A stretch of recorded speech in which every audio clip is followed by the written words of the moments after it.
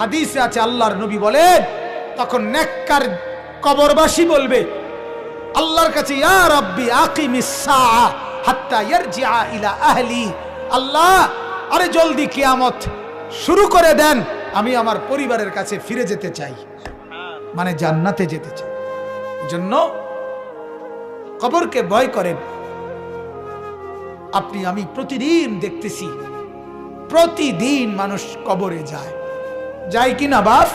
ওরা কেউ মরতে চায় নাই, কিন্তু মৃত্যু তাদের কাউকে রাখে নাই।